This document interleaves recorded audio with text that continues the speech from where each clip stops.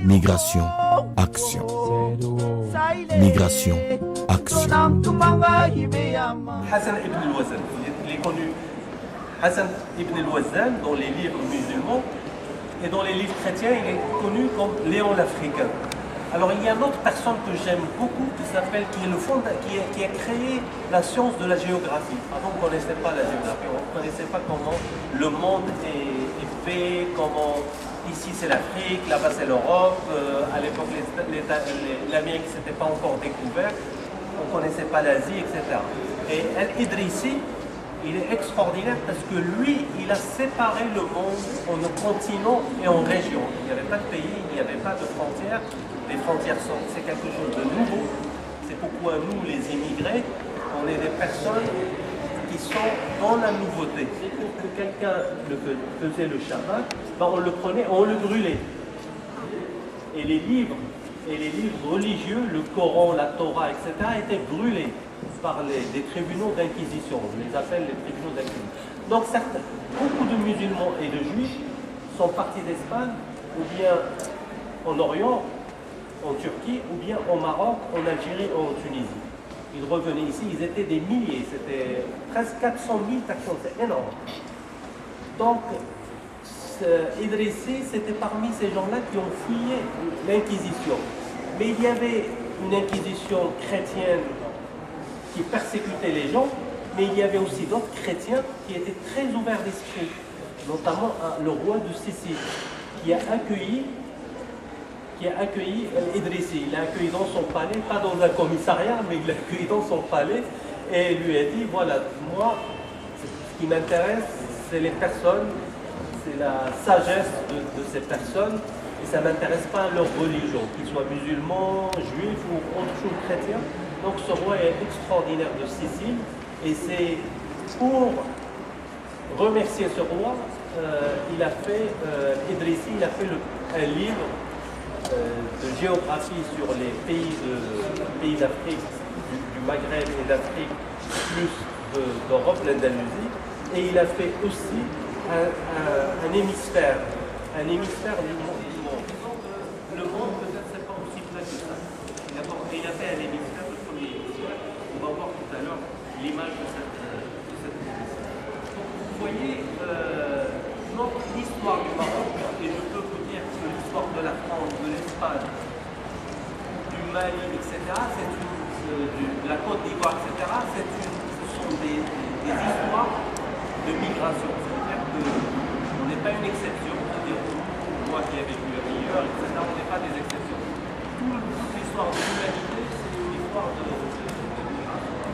Moi, j'avais envie de partager ça avec comment on va continuer cette visite. On va commencer par là-bas et on va faire doucement le tour de la visite. Puis après, on va vous laisser 5 minutes, 10 minutes libres dans cet espace. Il y a Monsieur Al-Alaoui, un bibliothécaire ici, qui est très gentil, qui a proposé que vous visitez aussi la Bibliothèque nationale, qui est une bibliothèque qui est pour tous les étudiants du Maroc, il va vous la visiter. Pendant que vous visitez, on prépare avec Serge et les amis et Madame Bouchara, on prépare avec eux votre déjeuner, Inch'Allah, pas loin d'ici. Ça vous va comme programme? Ça va? Bon, alors vous allez me suivre doucement. Et on tient à remercier Ilham qui a aussi ouvert. Migration, action. Migration, action. Migre, action. Les chaînes de l'exil te tiennent, il faut partir. Ici c'est sec, il faut s'en aller pour s'enrichir. Faut pas qu'on puisse dire, voilà c'est le fils sans avenir. Ça va venir ce matin où tu fais ta valise. Tu vois qu'on te balise et tes parents te verbalisent. On va commencer par l'Antiquité. Ce personnage-là, j'adore ce personnage-là. Il s'appelle Juba II. Juba II est quelqu'un d'extraordinaire. C'est le fils de Juba I. Et son père, Juba I, il a défendu le pays contre les Romains. Et c'est extraordinaire, ce Juba I, il était comme tous les Africains, parce que c'est un Africain Juba I, comme tous les Marocains. Il a fait un truc extraordinaire. Il a dit à sa tribu Amazirt, si je perds contre César, vous n'ouvrez plus la porte de ma ville. Si je reviens perdant, il ne faut pas m'ouvrir la porte. Il faut me laisser en dehors de la ville. Parce qu'à l'époque, vous vous rappelez, il y a les villes, elles étaient avec une muraille. Voilà. Donc, le père de Juba II, Juba I, il a perdu la bataille contre César. Parce que César, il était à l'époque, il était très fort avec une grosse armée. Il est revenu dans sa ville et il a trouvé la porte ouverte et il s'est suicidé. Pour que César ne le prenne pas et le jette au lion à Rome. Parce qu'avant, lorsqu'on perd une guerre devant César, César il vous prend jusqu'à Rome, il fait le tour de la ville avec vous et il vous jette au lion. Donc le père de... Et il restait, Juba il était enfant, il avait à peine 4 ans. Et César l'a pris avec lui à Rome. Et Juba et la sœur de César a adopté cet enfant. Et qui a vécu à Rome. Et lorsqu'il a grandi, il est devenu un très grand roi, lui aussi un roi et instruit. Il maîtrisait l'épée et il maîtrisait aussi le savoir. Donc c'est lui Juba II. Je vous ai parlé de la géographie d'Idrissi, c'est ça la planète d'Idrissi. Vous voyez, elle ressemble plus ou moins à ce qu'on a aujourd'hui. Vous voyez, ça c'est la région du Maghreb, le Maroc est ici. Ça c'est l'Espagne, l'Europe, l'Italie. Vous voyez, ça c'est l'Orient, ça c'est l'Égypte. Vous voyez, vous vous rendez compte, cette carte, là, l'hémisphère d'Idrissi, date du XIe siècle. C'est-à-dire, au XIe siècle, il a fait une carte qui ressemble aux cartes d'aujourd'hui. On voit bien la Méditerranée, on voit bien l'Europe, on voit bien le Maghreb et une partie de l'Ouest africain, parce qu'on arrive les côtes sénégalaises. Alors je vous ai parlé du roi Roger. Voilà, le roi Roger avec le... Alors il y avait ce roi Roger, il était tellement sage et admiré par la chrétienté que certains peintres de la chrétienté, dans certaines églises d'Italie, ils l'ont dessiné recevoir la couronne du Christ, de Jésus-Christ. C'est pas vrai, mais l'histoire dit qu'il était tellement fervent, tellement bon, tellement bien, que le Christ est descendu du ciel pour lui mettre sa couronne. Et ce Roger, c'était l'ami d'Al-Idrissi, dont je vous ai parlé, du géographe Al-Idrissi. Et le livre d'Al-Idrissi, il a été offert à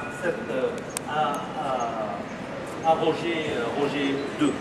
Alors, on va aller un tout petit peu plus avant, ici. Pour ça, c'est extraordinaire. Ce monsieur-là, Alvarez Nueves de Cabeza, c'était quelqu'un qui a un navigateur espagnol qui a pris en captivité, qui a acheté Zmouri. Zmouri, c'est un Marocain du côté de El Jadida. Avant El Jadida, c'était une ville portugaise. D'accord? Et lorsqu'il y avait de temps en temps, les Portugais de El Jadida sortaient vers les Doukala, les tribus qui étaient là, et captaient des Marocains, les prenaient en esclavage. Il a été pris en esclavage et ce navigateur espagnol l'a pris avec lui.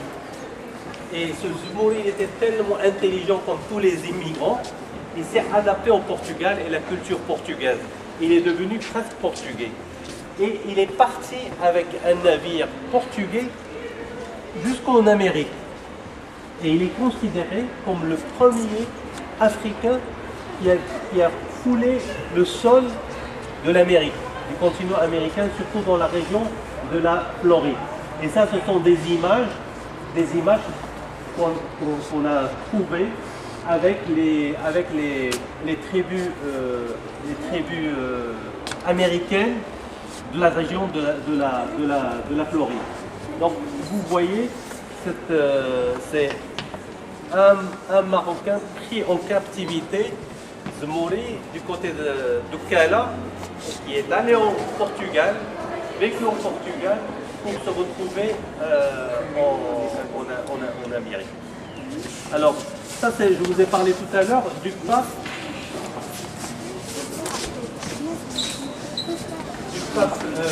Léon X, qui a adopté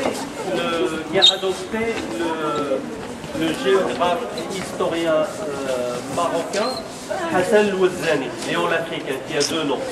Léon l'Africain pour les Marocains, pour les musulmans et les Arabes, et Louazani pour les Arabes et Léon l'Africain pour les chrétiens. Et c'était quelqu'un qui a changé de religion, qui est devenu chrétien. Et ça, c'est le pape Léon X. C'était presque son père, celui qui l'a éduqué, qui l'a reçu. Et ça, c'est tout le trajet que Léon l'Africain a fait pour le pape. Dans cette carte-là, vous voyez. On va aller là-bas.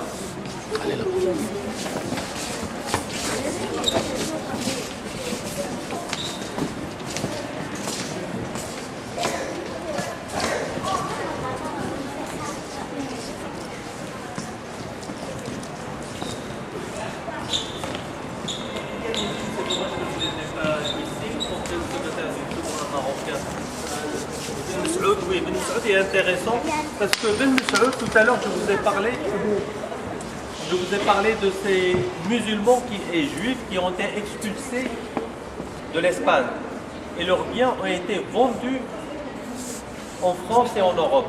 Et le Maroc, l'État marocain, le Maroc, a donné des ambassadeurs comme Ben Saoud, qui est un enfant de l'Andalousie, pour aller récupérer ces biens de ces migrants qui ont été expulsés de leur pays. Donc c'est lui, c'est quelqu'un que j'aime beaucoup aussi. Est-ce qu'il y a quelqu'un qui habite à Salé? Personne à Salé? Bon. Alors Salé, avant, c'était une ville de pirates.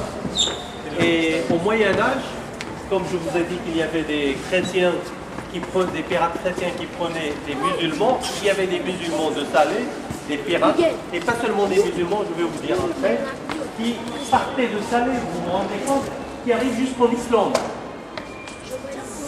Jusqu'en Islande pour récupérer, pour attaquer des bateaux, parce qu'ils étaient tout le temps en guerre à cette époque-là.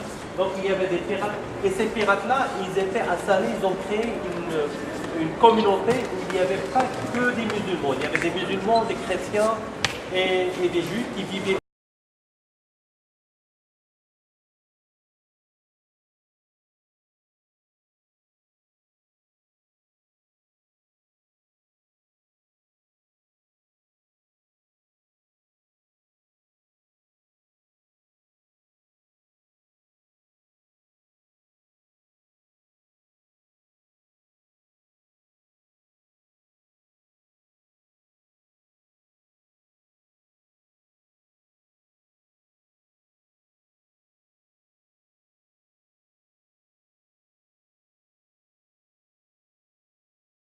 C'est leur drapeau, vous voyez.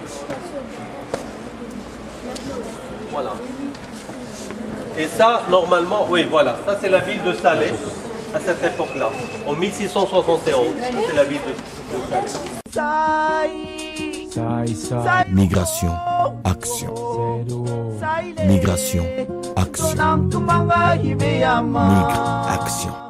Les chaînes de l'exil te tiennent, il faut partir. Ici c'est sec, il faut s'en aller pour s'enrichir. On appelait les commerçants, surtout les commerçants qui allaient dans d'autres pays, notamment les pays chrétiens, on les appelait les commerçants Tujjar Sultan, les commerçants du roi, parce qu'à l'époque, le commerce avec l'extérieur, avec l'étranger, c'était le roi qui le maîtrisait.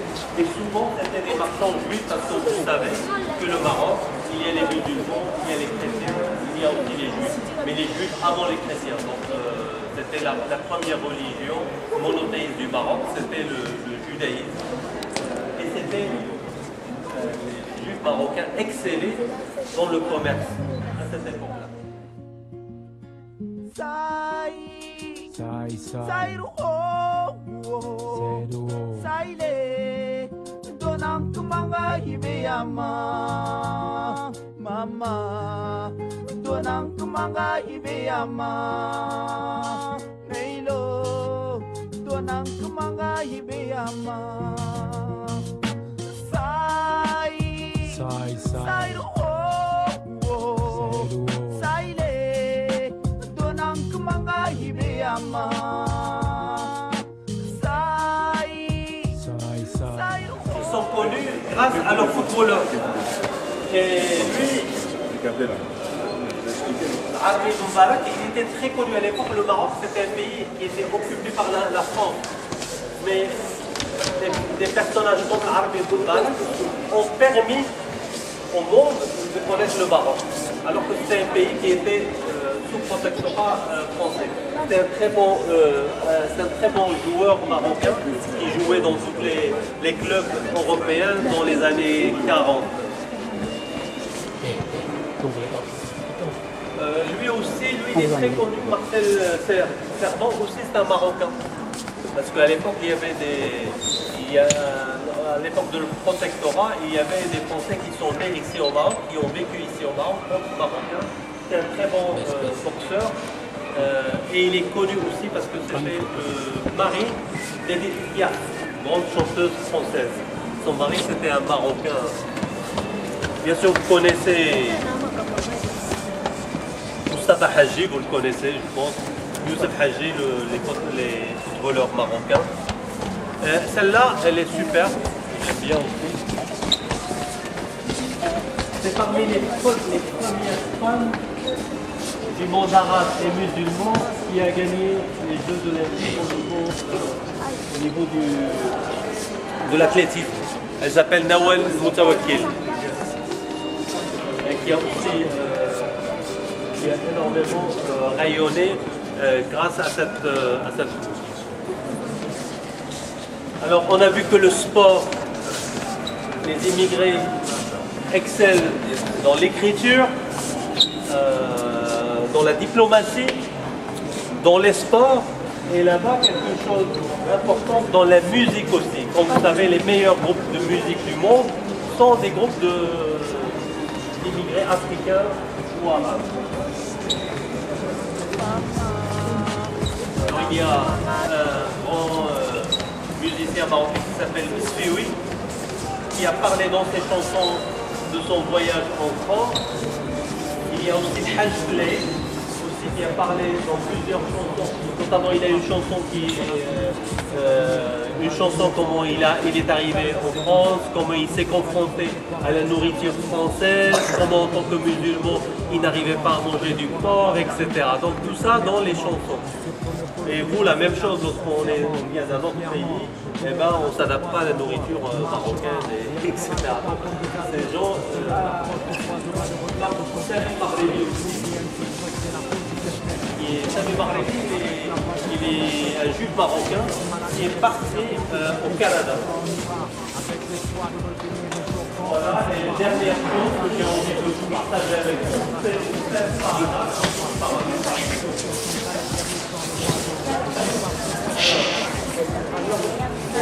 Jean Genet, c'est un Français, mais en fin de compte, il n'aime pas être considéré comme un Français.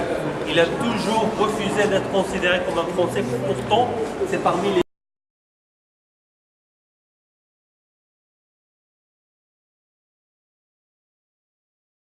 lorsqu'il était mort, il a demandé qu'il soit enterré dans une ville qui s'appelle l'Arache. C'est quelqu'un qui a tout le temps défendu les panthères noires. C'est quoi les panthères noires? C'est un mouvement contre le racisme aux États-Unis. Et ce sont des Africains, des Américains noirs qui portent ce mouvement. Et Jean Genet, à chaque fois il disait qu'il avait honte d'être blanc. Et son rêve c'était d'être noir. Donc il est mort en France, mais il a demandé qu'il soit enterré à l'Arrache. Il a un tombeau en face de la mer à l'Arrache, au nord du Maroc. Mohamed Khayreddine aussi, c'est quelqu'un que j'aime beaucoup. Mohamed Khayreddine, c'est un immigré marocain qui est parmi les meilleurs, les plus grands écrivains du Maroc. Et qui a intégré toute la culture amazigh, c'est-à-dire la culture originale du Maroc, dans ses écritures. Donc, il s'appelle Mohamed Khayreddine. Il est mort dans la pauvreté. Par contre, c'est un très grand écrivain. Alors, Abdelhada Ben Ali, il est toujours vivant, parmi les plus grands écrivains marocains des Pays-Bas. Il écrit en néerlandais et il est parti, racontant dans un de ses livres, il est parti du nord du Maroc avec ses parents, il avait 4 ans et ils sont partis ils ont vécu dans une chambre à Amsterdam. Dans une chambre avec des toilettes et un lavabo. Pour se laver, il se lavait dans le lavabo. Donc c'est ça sa vie, comme moi lorsque je suis arrivé en France, je lavais mes enfants dans un lavabo. Donc lui aussi il a eu cette expérience, mais par contre, il est considéré aujourd'hui parmi les meilleurs écrivains des Pays-Bas. Et ses livres sont traduits en 15 langues. Voilà, je finis ici. Et merci, vous étiez très sages. Donc, Ilham va vous donner un petit catalogue pour vous le garder pour vous. Et moi, je vais voir avec Serge comment on va régler votre déjeuner parce que vous commencez à avoir faim. Qu'est-ce qui n'a pas faim? T'as pas faim?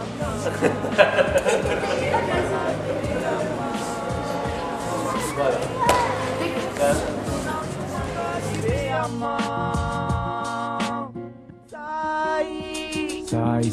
Migration, action.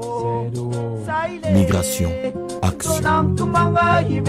Migre, action.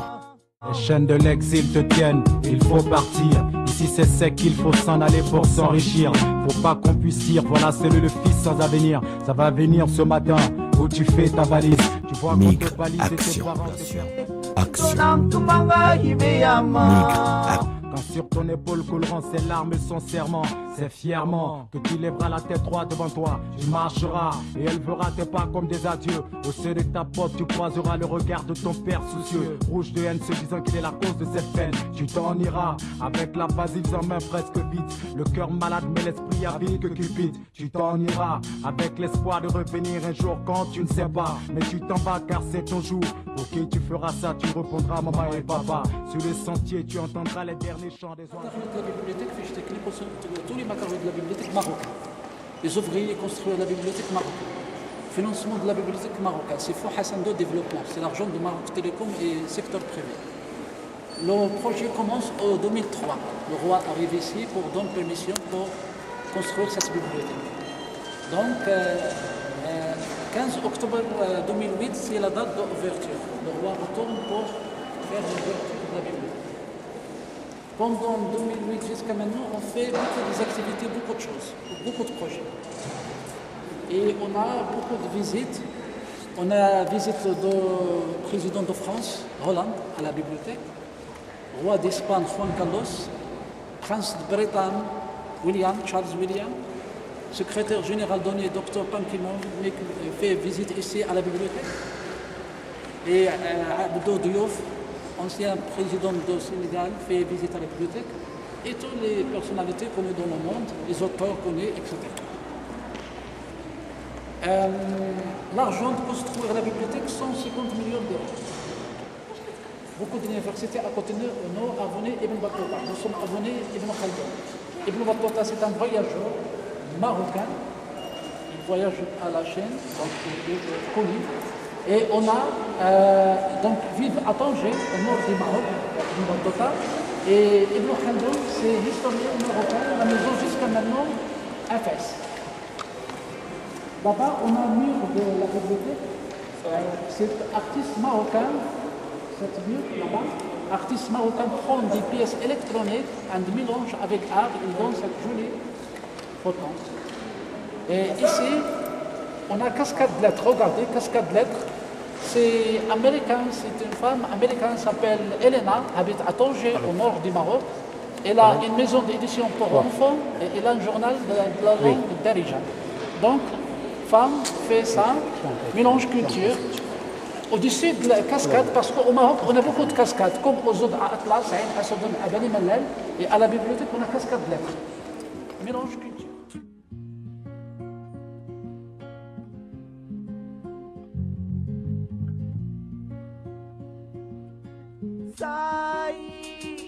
Sai ru oh sai le donang kumanga hibeyama mama donang kumanga hibeyama neilo donang kumanga hibeyama. Et nous sommes au milieu. Vous connaissez le Maroc, c'est un pays qui est industrie. Et on voit toujours la femme.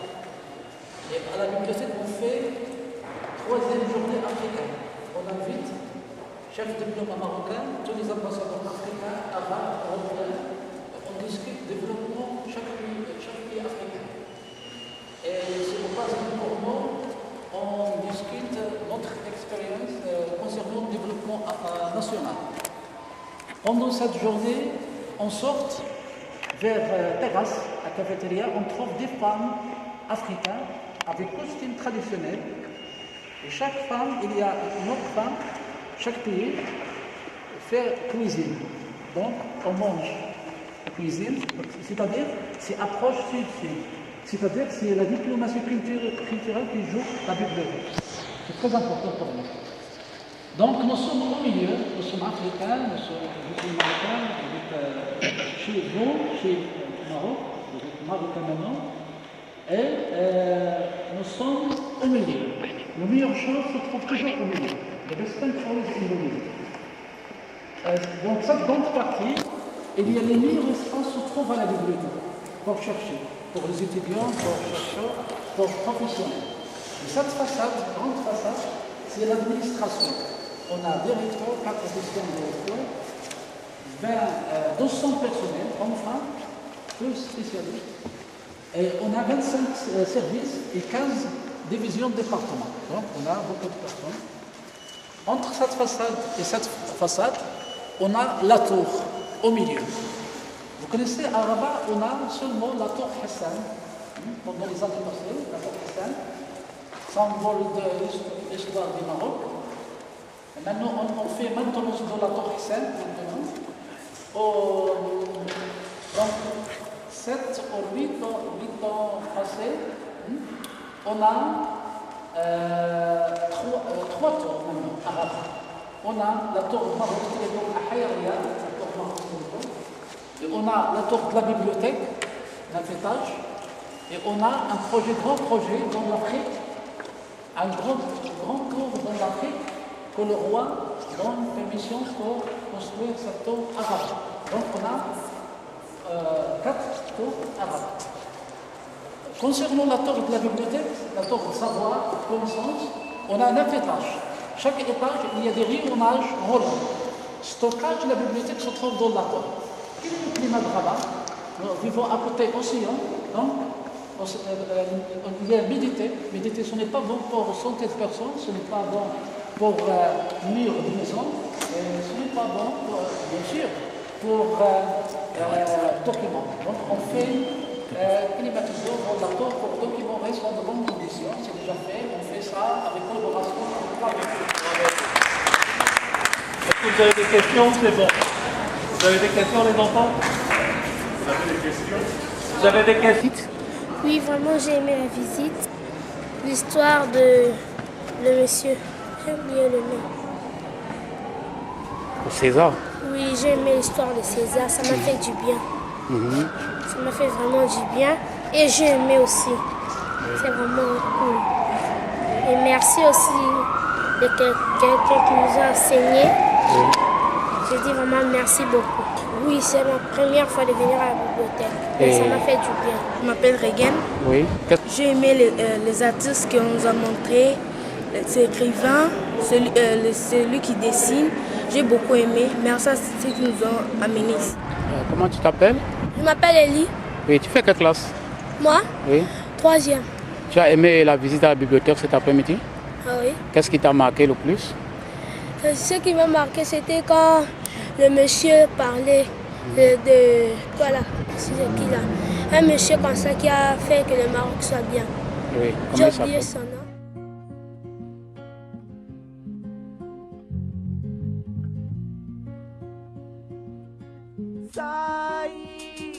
Sairu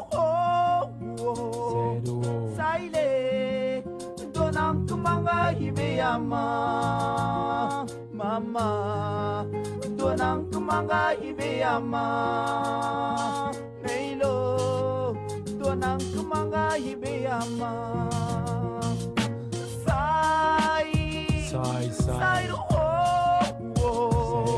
Saile Donang kumanga hibeyama